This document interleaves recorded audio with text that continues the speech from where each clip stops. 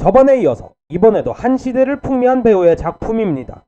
성룡, 제키찬입니다. 특유의 코믹하지만 합이 짜여진 액션으로 국내의 유명한 작품으로는 취권 시리즈, 폴리스 스토리 시리즈나 러시아워 시리즈, 쿵푸 팬더의 원숭이 성우 정도겠네요. 그리고 이번 영화는 쿵푸 요가인데요. 중국과 인도의 관계를 생각해보면 과연 이 영화가 의미가 있었나 싶었습니다. 정치적인 걸 떠나서라도 영화를 보고 나니 성룡 시대는 이제 갔구나 싶었습니다. 일단 요약 들어갑니다.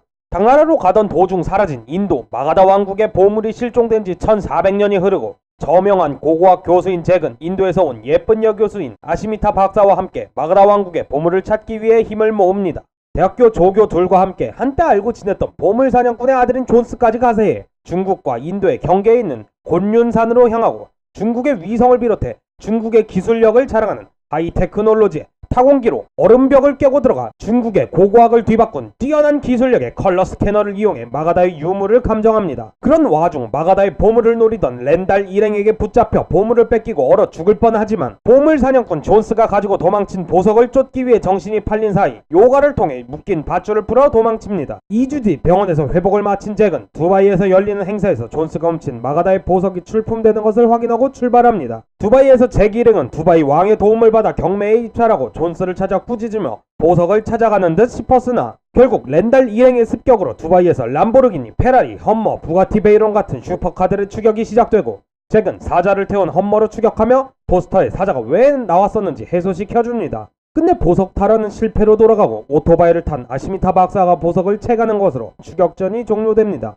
얼마 뒤 인도의 아시미타 교수를 찾아간 잭 일행은 보석의 행방과 중국 유산의 중요성을 알리기 위해 찾아가고 사실 아시미타 교수는 마가다 왕국의 공주였으며 마가다 왕국의 숨겨진 보물을 찾기 위한 열쇠로 보석을 가져갔음을 알립니다. 지탄잘리 공주와 잭은 숨겨진 보물의 행방을 찾기 위해 고서를 들여보다 작은 절에 있음을 파악하고 움직이려는 찰나 인도를 둘러보던 공주의 동생과 존스가 렌달에게 잡히면서 잭 일행은 결국 보석을 통해 숨겨진 사원의 보물을 찾아내고 숨겨진 고서들과 보물을 놓고 다시 한번 싸우지만 거대 황금 불상 앞에서 갑자기 싸움을 멈추고 숨겨진 사원으로 들어오는 순례자들과 인사하며 다같이 노래와 춤을 추고 영화가 끝이 납니다. 이제 성룡의 시대는 갔어요. 끝입니다. 예전 같지 않아요. 70년대 성룡식 홍콩 영화 시퀀스에서 벗어나지 못했을 뿐더러 중국의 위대함을 찬양하는 내용으로 가득 차서 지쳐요. 잘 짜여진 성룡식 코믹 액션은 일품이지만 이젠 너무 구식이에요. 다들 가만히 맞아주고 웃기기 위해 과장된 표정 일색입니다. 뿐만 아니라 쿵푸 요가인데 모든 인물이 쿵푸를 합니다. 고고학 교수도 그의 제자들도 인도 공주도 모두가 쿵푸를 합니다. 그리고 요가는 탈출할 때 한두 번을 제외하고는 왜 있는지 모르겠어요. 이럴 거면 인도니 요가냐는 건 왜 끌고 온 거예요? 거기다가 인디아나 존스 같은 모험 활극을 표방하면서 정작 모험 서사는 대충입니다. 한 번만 보면 그냥 다 알아요. 잭은 완전 선무당이에요. 1400년간 못 찾은 보석을 찾아내고 보석은 숨겨진 열쇠임을 알아채고 찾는데 5분도 걸리지 않습니다. CG도 엄청 많이 들어갔는데 질감 필터링을 대충 했는지 붕 뜨는 건 너무 당연한 일이고 그나마 볼만한 건 두바이 부자들의 지원 덕분에 잔뜩 부숴먹는 슈퍼카드를 볼 수 있다는 점 정도네요. 그리고 영화 마지막엔 발리우드 영화 특징 중 하나인 마샬라 시퀀스를 이용하는데 이거마저도 최악이에요. 저도 인도 영화에서는 춤과 노래로 인물들의 감정과 서사를 담아내는 극중장치로서 마샬라 시퀀스가 써먹히는데 싸우다 말고 거대 황금 불상을 에워싸고 다같이 춤추며 서사가 끝나버리다뇨. 이건 발리우드를 모욕하는 시퀀스예요. 어째서 스태프 중에 인도 사람이 없었는지 그 이유를 알겠습니다. 이 영화에서 결국 남는 건 중국 찬양과 성룡의 몰락뿐입니다.